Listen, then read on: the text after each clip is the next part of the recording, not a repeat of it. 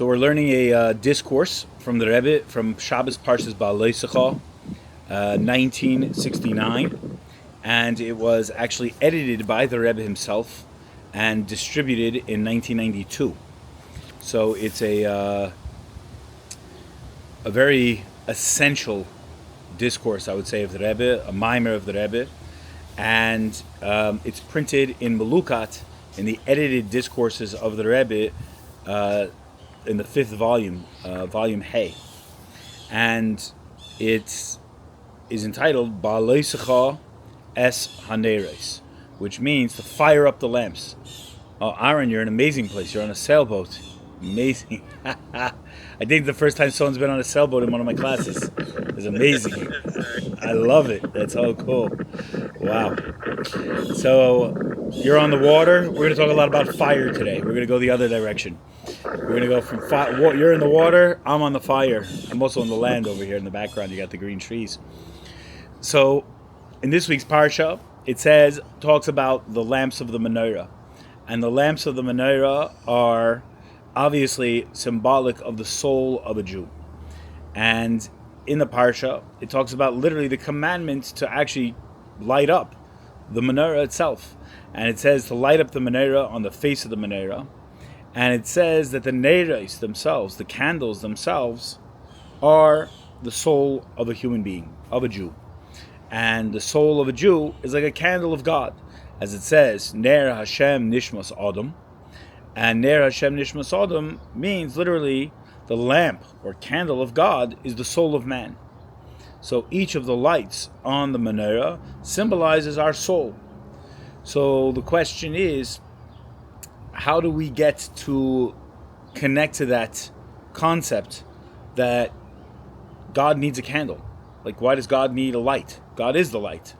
And then, why are there 7 lights? What is the concept that there are 7 different souls? So, one of the things is, there's 7 qualities of the souls of Jews. 7 different qualities of souls, or categories of qualities of souls. Different souls have a certain proclivity for this or a certain proclivity for that. And each soul is unique in its own way, but generally speaking, there's 7 different, sort of say, categories of the soul. And then, like one of the examples that is given, is a person serves Hashem like water. We were talking about water with Aaron. He serves Hashem like water, which is chesed, which is kindness, which is love. And then we have one that burns like a fiery flame of love, which is like fire. So these are 2 distinct ways of serving Hashem, 2 distinct ways our souls relate to God. So there's an amazing explanation in a discourse by the 4th Chabad Rebbe, Rabbi Shmuel, and it says, Beha'aloscha neros l'fnei mea shana, that the neshama is called neros, as we say. Hashem says to the person, you are my candle. My candle is in your hand, and my candle is in your hand.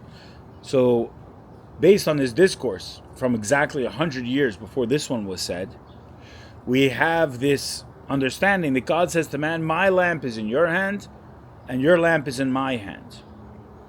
So that always reminds me of the song Aiko Waiko. My grandma said to your grandma, and your 2 fires, set your pants on fire. So, what does it mean, though? Number 1, my lamp is in your hand. What is Hashem's lamp? My lamp, Hashem says, is the Torah. We got dogs barking in the background. Chabad house backyard. Look at this, the encore, the energy of, we got the animal energy. My lamp is in your hand is the Torah.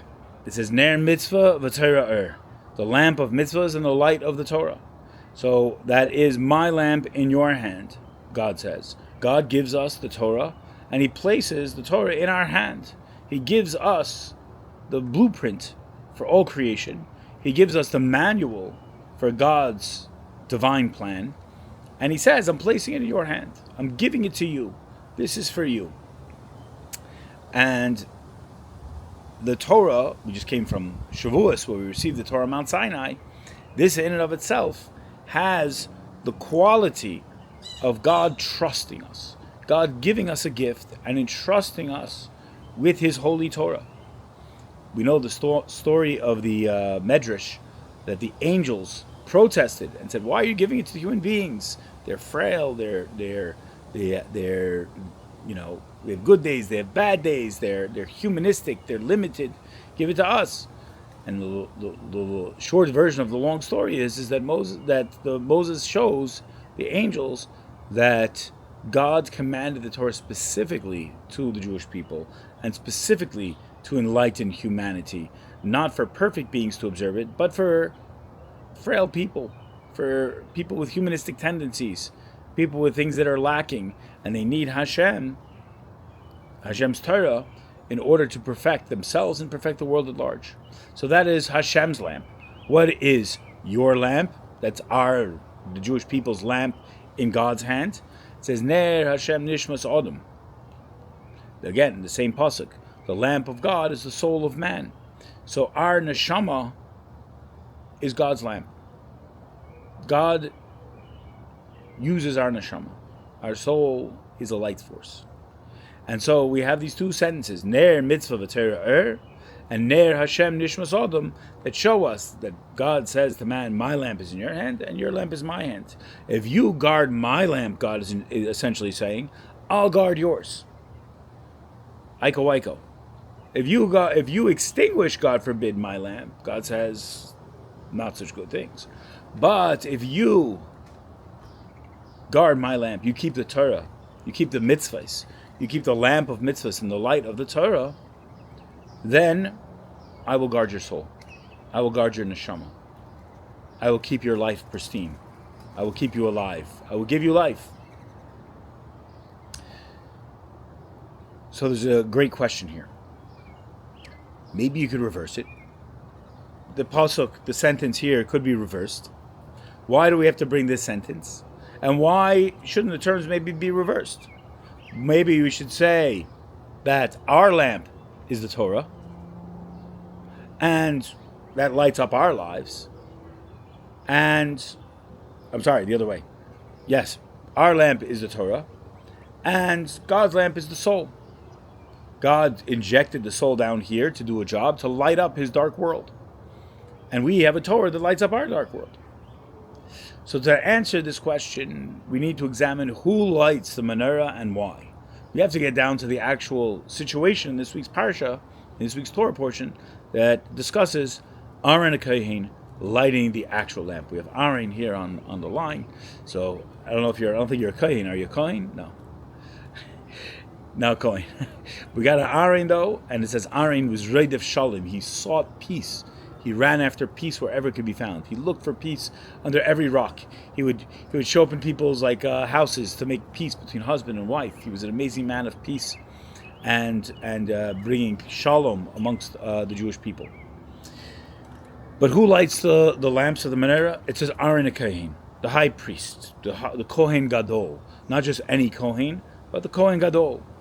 So he is the one to ignite and reveal the actual light of the menorah.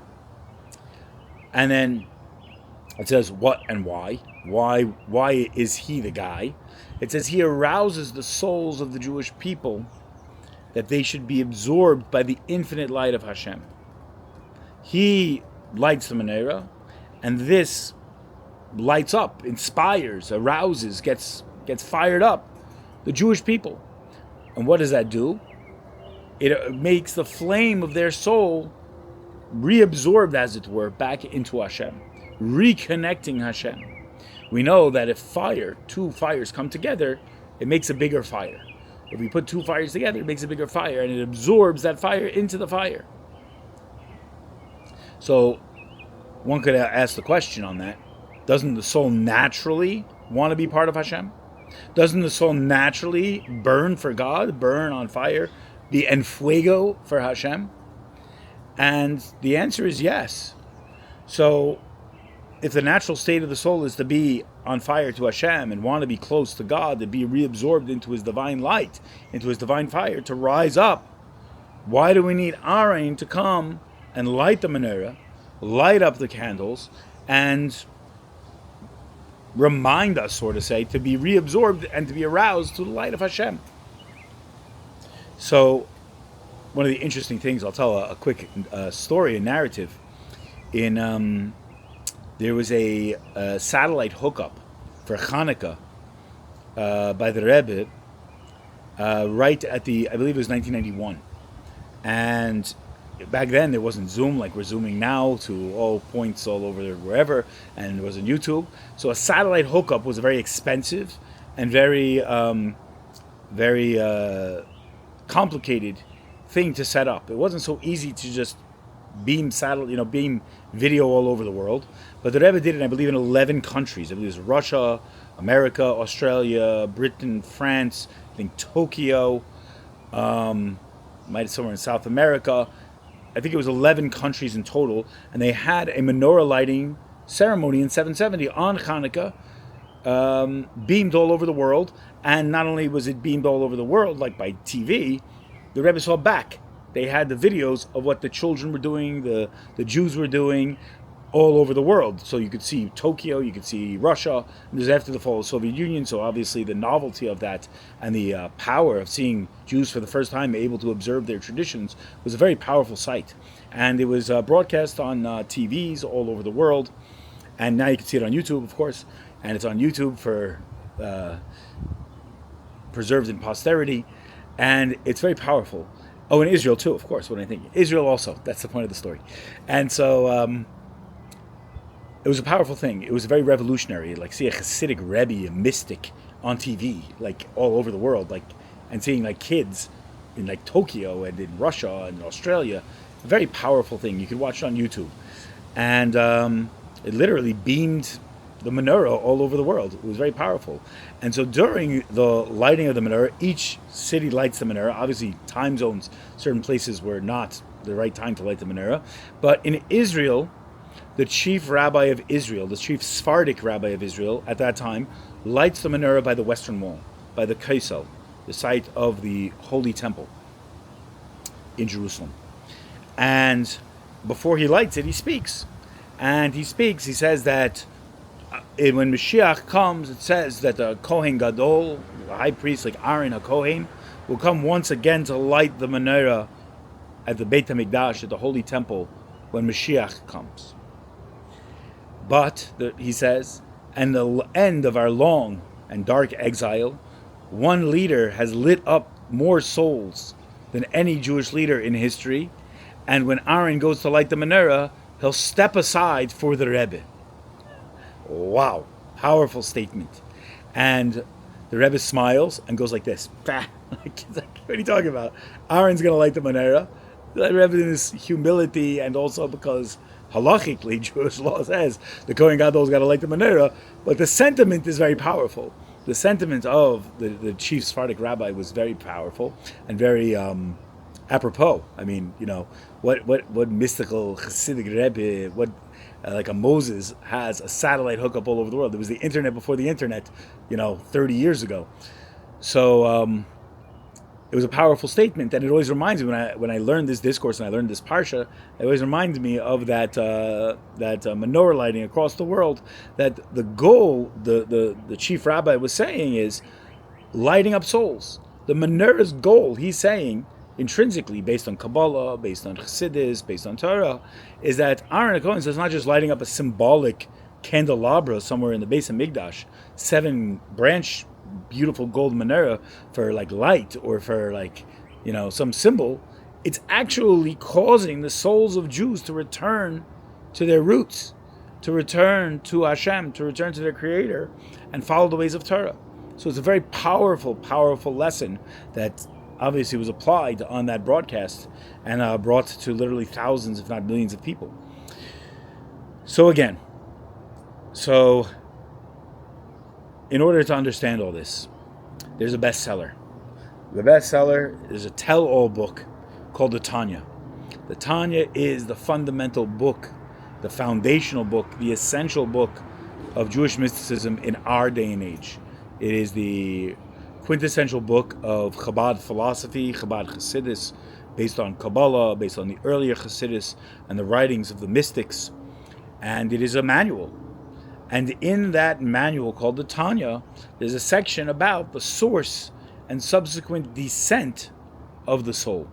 It gives a very clear picture of understanding how God creates souls and how those souls are created, for what purpose, what their job is, and how they're sent down and injected into the physical world in a body, and they're born.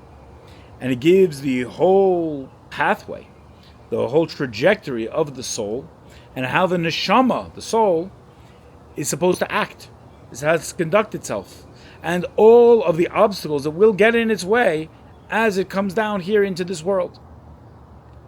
Famous quote of the Baal Shem Tov says that a neshama can wear and tear and fight and have a hard life, God forbid, for 70, 80 years just to do one favor for another Jew.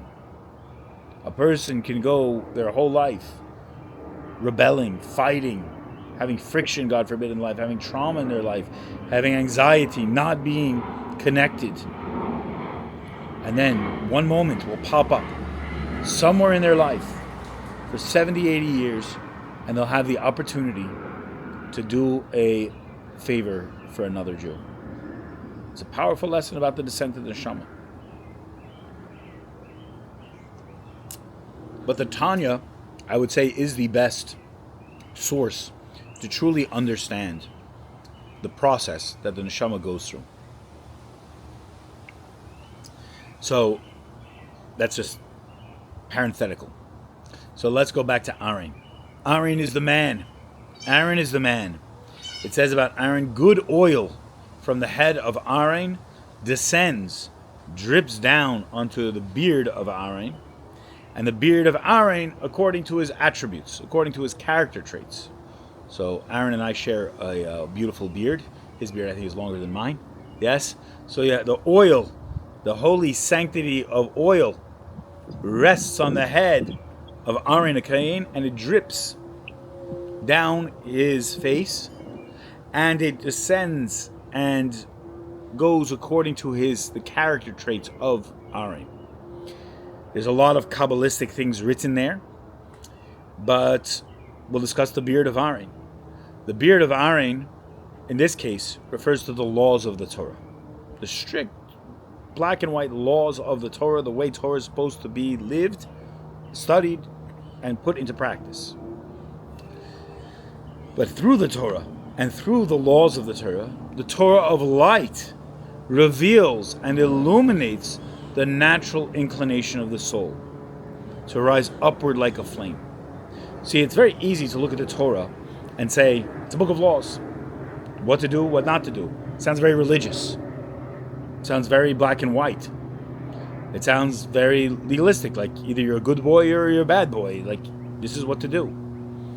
But when one understands, really, that is merely just the bones, so to say, of the Torah, and not the neshama, the soul of the Torah, we have to understand that the Torah we observe and keep the laws of reveals and illuminates the natural inclination we already have of our soul to return to Hashem.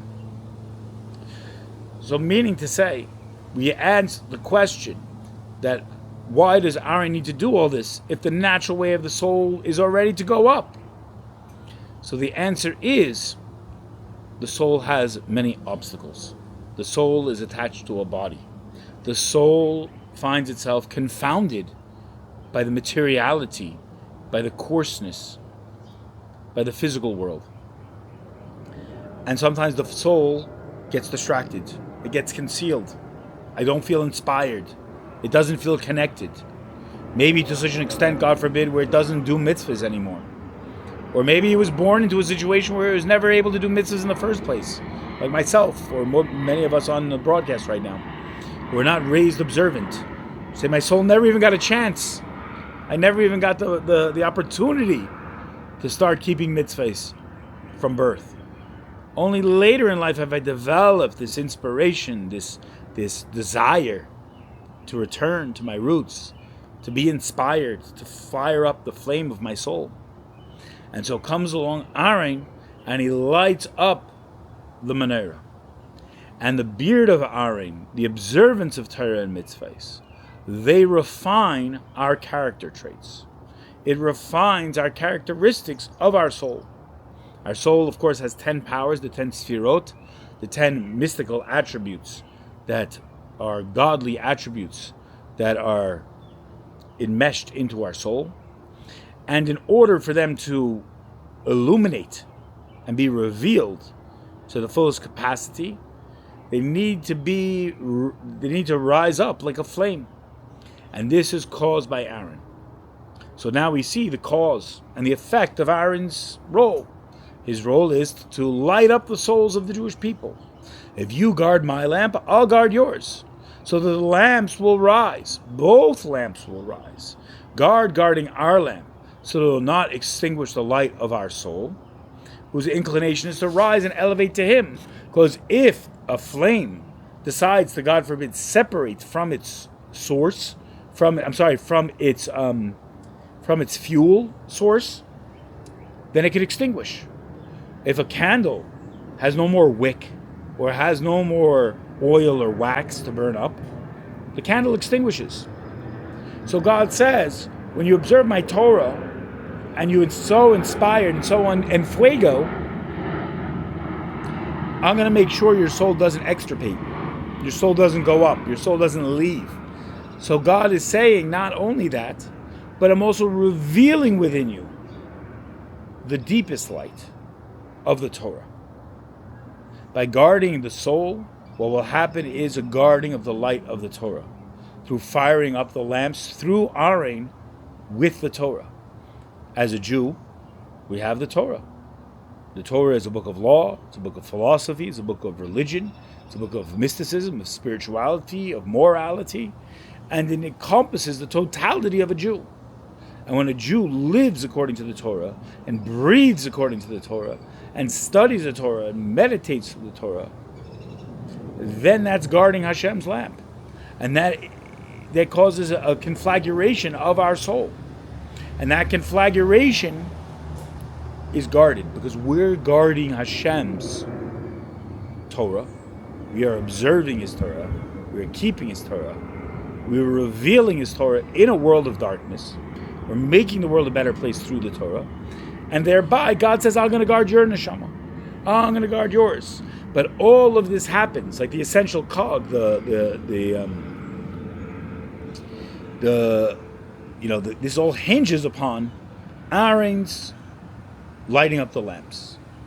And this is what he does with the Torah itself and with the neshamas, the souls of the Jewish people.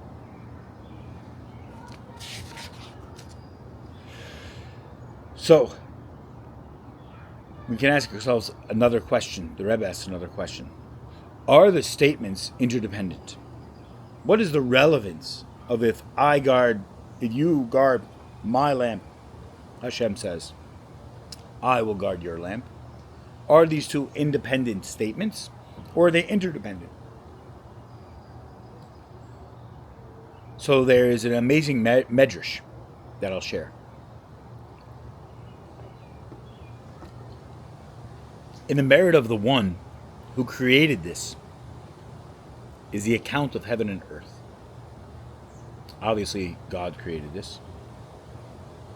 And it says in the merit of who created this, in his merit, is the account of heaven and earth. Those who stand. Who is those who stand? The names of the Jewish people who descended into Egypt. We know there were 69 Jews and 70 Jews. Really, someone was born on the way into Egypt. And these are the testimonies, the statutes, and the laws. These things are all merits. Meaning to say, the merit of the testimonies, the statutes, and the laws of the Torah. What are those three things? They're weird English words to most of us, and they're sound like all the same thing. Testimonies, statutes, laws. Quickly, just to understand it, there are three categories of mitzvahs in the Torah. There are mitzvahs we understand very clearly. There are mitzvahs that we don't understand at all, why we do them.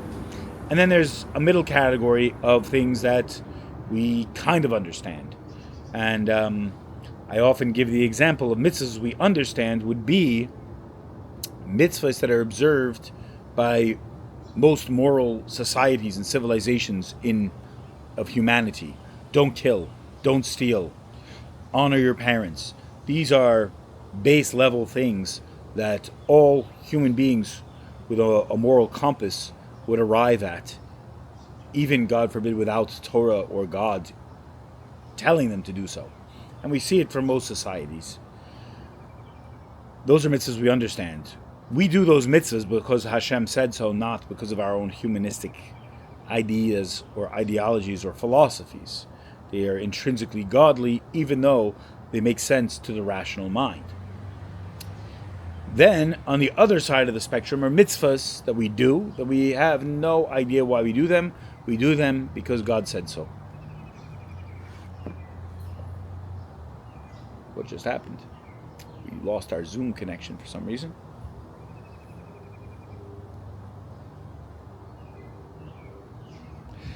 We do those mitzvahs because God said so. And we do them intrinsically with the same meaning and connection to divinity.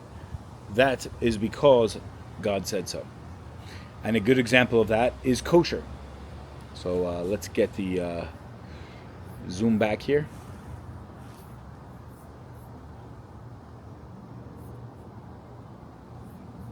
What happened here?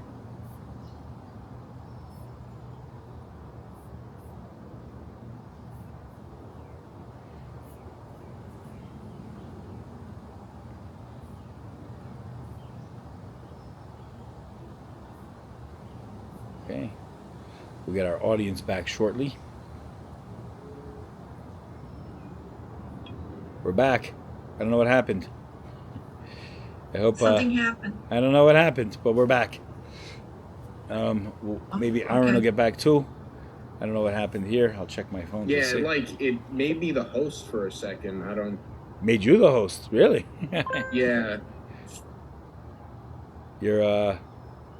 You're the rabbi in training. The 3 mitzvahs. What are the 3 mitzvahs? You're in training. Oh, the 3 mitzvahs. I know. That's where we're at. Good. I'm glad you're paying attention. Yeah. So the second category. So we gave the mitzvah. I think you guys got the mitzvah. That's the base level, right? Don't kill, don't steal. We understand those humanistically. We arrive at them logically, but we do them as Jews because God said so, even though we would arrive at them through our own logic, our own morality. We'll skip the middle category and go straight to the ones we don't understand. The mitzvahs we don't understand, the example that I can give is kosher. There's no reason why we can't eat milk with meat. Logically. There's no reason I can give you. In fact, today, a keto diet encourages high-fat diets and higher protein diets somewhat. There's no dietary reason. There's no logical reason. There's no health benefits. There's no environmental benefits not to eat meat and milk together. Why do I have to wait 6 hours after I eat a hamburger to eat a piece of pizza? There's no logical reason. And any rabbi that tells you there is a reason is, full of it. To say it bluntly. There's no reason. We do that mitzvah because God said so. The worst answer you can give a teenager is because God said so, right? Well, because I said so as a parent, right? Because I said so. You're like, say, why can I take the car out tonight? No. Why? Because I said so. No one likes that answer. But it shows you a commitment to the relationship. It shows you the connection you have intrinsically with God, that you do it solely because you believe in Hashem and His Torah. And you want to connect with Him. You want to have a relationship. And there's many mitzvahs in that category. Very few, but there are many mitzvahs in that category. Things that seem arbitrary, that seem arcane and not logical. And we do those mitzvahs simply because God said so. We also don't kill because God said so. So if you look at the essence of the mitzvahs, we do them both for the same reasons. But one of them we can appeal to our logic to understand, and one we cannot. Now the middle category. The middle category, I will give an example of Shabbos. The middle category, again, is a mitzvah that we understand partially, but part of it doesn't make any sense. And why Shabbos? I think every culture has a day of rest. Every culture has a weekend, a siesta, a holiday, a day off from work. Every culture has that. But in Judaism, we are very distinct in the way we observe our day of rest. It's not just a day off from work. There are 39 acts, laborious activities we have to refrain from on Shabbos. Why those things? Why not others? I don't know. Doesn't make sense. It is not a rational. You can't arrive at it rationally, logically. Again, there's other aspects of Shabbos that don't make sense. Why is Shabbos specifically from sundown to nighttime on Saturday, sundown Friday till nighttime on Saturday, about 25 hours? Why is Shabbos that time? Why isn't it Tuesday? Why those times? All of those things, I mean, one could say because God created the world that way and that God created the world on that day, but those are not logical things. These are not things that we can arrive at with our own logic, nor seek to really understand essentially. So Shabbos has in it both elements of the human element of it, but it also has in it the godly element of it. So that being said, all of those mitzvahs, all three categories of those mitzvahs, by which all 613 mitzvahs fall into one of those three categories, are all merits for us. We do them because Hashem said so. We do them because God gave it to us in the Torah as an eternal statute, eternal testimony, eternal law. And those who stand, us, the Jewish people, who are all descendants from the people who left Egypt, all got these merits. We have those things that keep us as a people, as Jewish people, that are really the lamp that we're guarding for Hashem in this world. There's an amazing commentary on the first line of the entire Torah. The first line of the Torah is Bereshis bara Elokim eis hashamayim ve'eis haaretz. In the beginning, God created heaven and earth. There's a very good question as to why God began the Torah that way. Maybe the Torah should have just began with the first law, or began with the situation in Egypt, or began with the establishment of a Jewish calendar, so we know when things are and how to observe God's commandments, the mitzvahs. But in the first commentary on the first line of the Torah, Rashi, the most famous commentator who's considered the wine of the Torah, his commentary is, on this one hand, extremely literal and simple, but very, very, very deep, but very understandable and accessible. And it's recommended that that's the first commentary to study on the Torah. And he brings from the Talmud, I believe it's Rabbi Yeshua says, that this is very apropos today for what's going on in Israel, that in the future, non-Jews will come and claim Israel for themselves, and claim that the Jewish people are robbers, are thieves, and have stolen the land.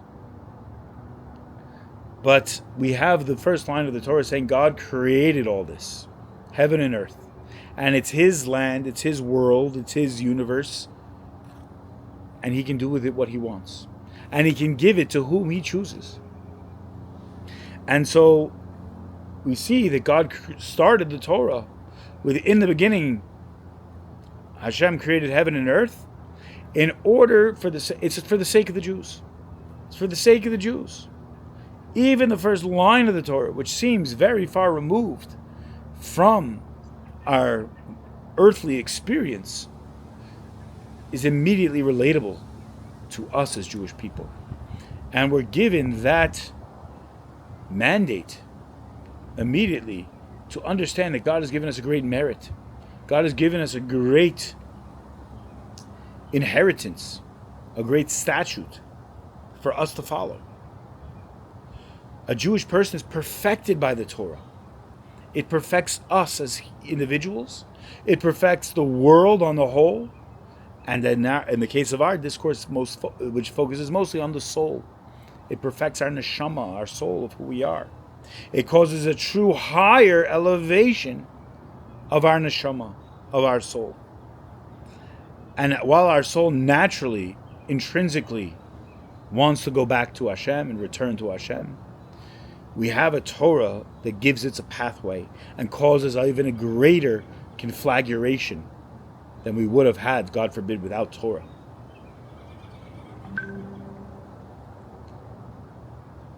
So the fact is that the Torah keeps us alive and going and constantly elevating to a higher and higher level. I was reading today an interesting, fascinating book of Jewish philosophy called the Kuzari. And there's also another book I was actually reading also, studying the topic of Israel and the relationship between the Jews in Israel and the Jews as God's people, as a chosen people. And the Kuzari lined up very much with a beautiful medrash. In the medrash it says that there was a king and he wanted to understand the truest religion, and the non-Jews had many claims against the Jewish people. One of the claims was the Arabic claim, and the rabbi who was debating in front of the king answered him with a direct line from the Torah about Yishmael. The Arabic claim was that Yishmael is also a descendant, Ismael is a descendant of Abraham as well as Isaac. So why doesn't Ismael get the land of Israel? And the rabbi answers very clearly, Abraham sent away his other children, Ismael, with concubines and gifts, and to Isaac he kept him and gave him the land of Israel. So immediately the Ishmaelites, the Arabs, their claim was negated, and the king kicked them out. Came the Egyptians, and the Egyptians said to the Jewish people, we demand compensation. It says in your Torah that on your way out of Egypt, you took our gold and silver.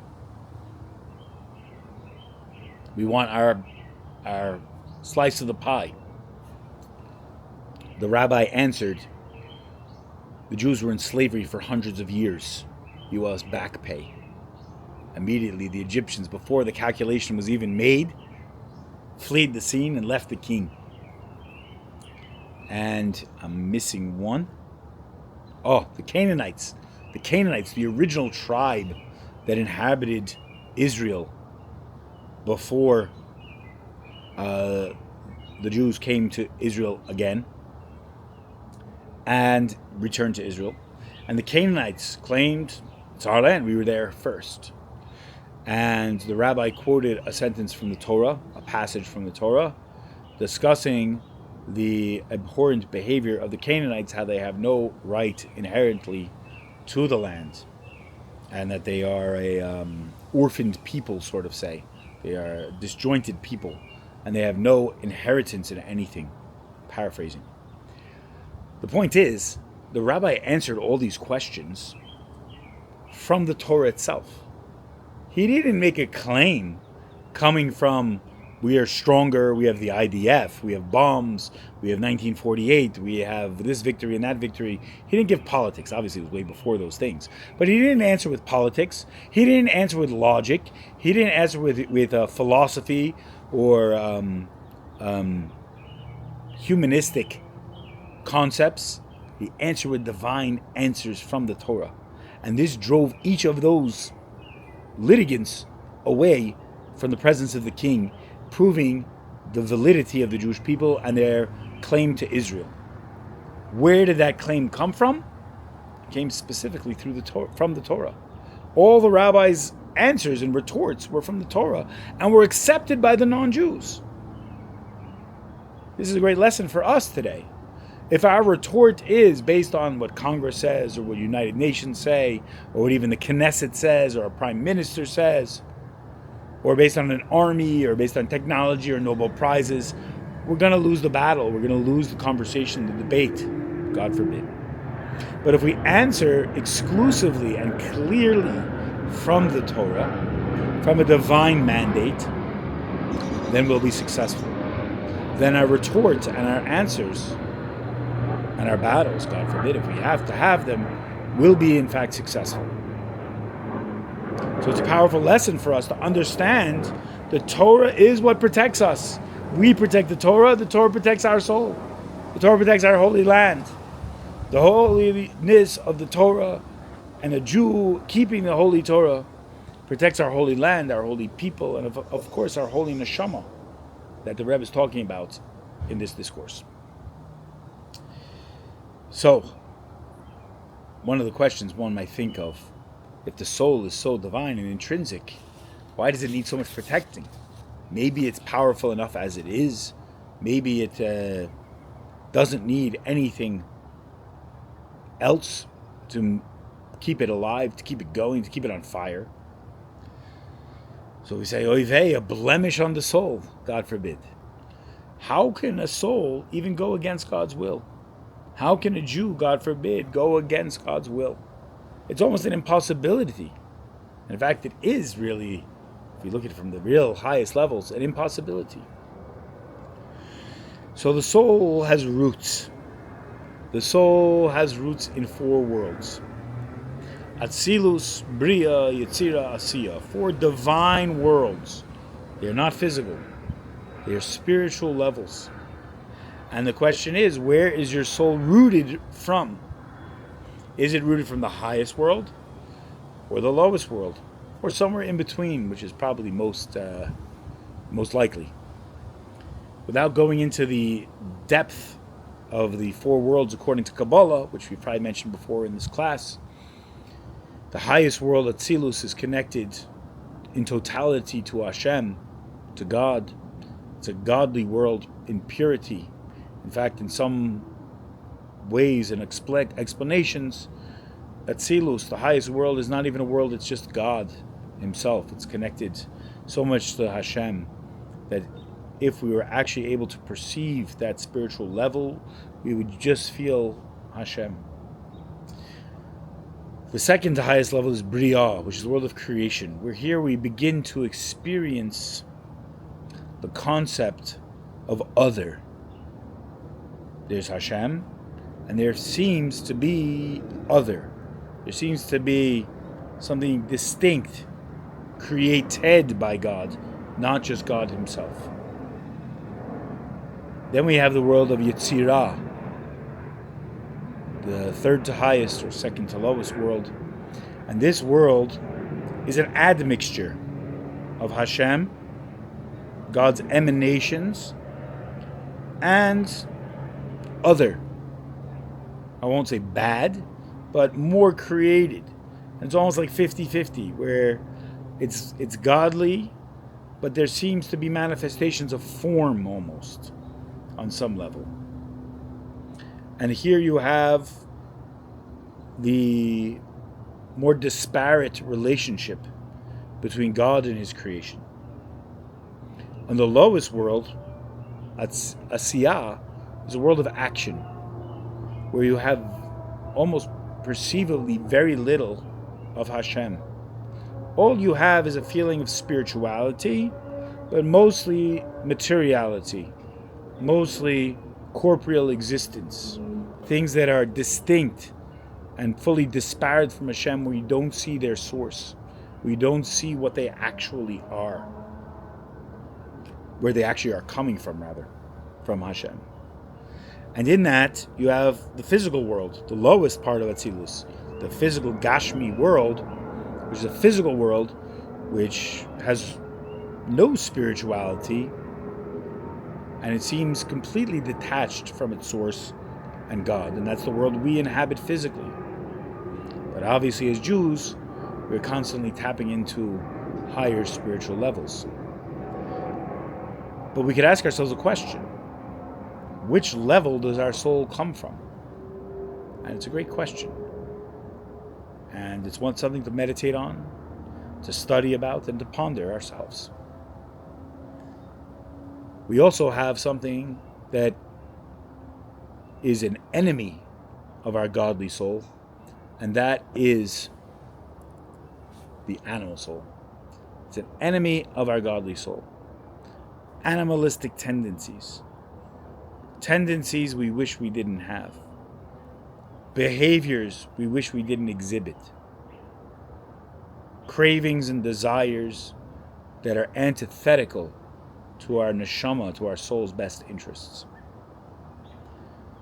So in order to combat that animalistic soul, that nefesh bahamis, as it's called in Hebrew, we need a universal fuel of the Torah. We need to guard our soul. And even the souls from the highest level, even the souls from Atzilus, need to guard their souls with the universal fuel of the Torah, the oil of the Torah. And this ensures that if we're constantly on fire, conflagrated for Hashem, then we will win the war against our animalistic tendencies, and the soul will be inspired. I'm going to leave it there on this concept, because the next section of the discourse is actually a very interesting diversion for the trajectory the discourse has gone on until now. The next section, which God willing we'll revisit next week, will be a level of the divine soul that even transcends the Torah. I mean, with that statement alone, you can understand why we're going to stop there for today, because I don't want to leave you with a completely unanswered question. But we have to understand, I'll leave you with this, that the soul in its pristine, highest way completely transcends everything. Even is not dependent on the Torah for its conflagration. But yet we know that the Torah is also intrinsically transcendent of everything. So we'll leave it there. And next week I'll begin the class, God willing, with a little review of what we did this week. And then we'll jump into this next question, almost this next, completely next period of this discourse itself. And we will discuss it then, God willing. So thank you so much for tuning in. And I look forward to seeing you next week and at the next class. And feel free to, if you're watching on YouTube, because I'm saving it to YouTube, like, subscribe, and check out the next class on the same topic, part 2. Thanks so much. Moshiach now. Thank you.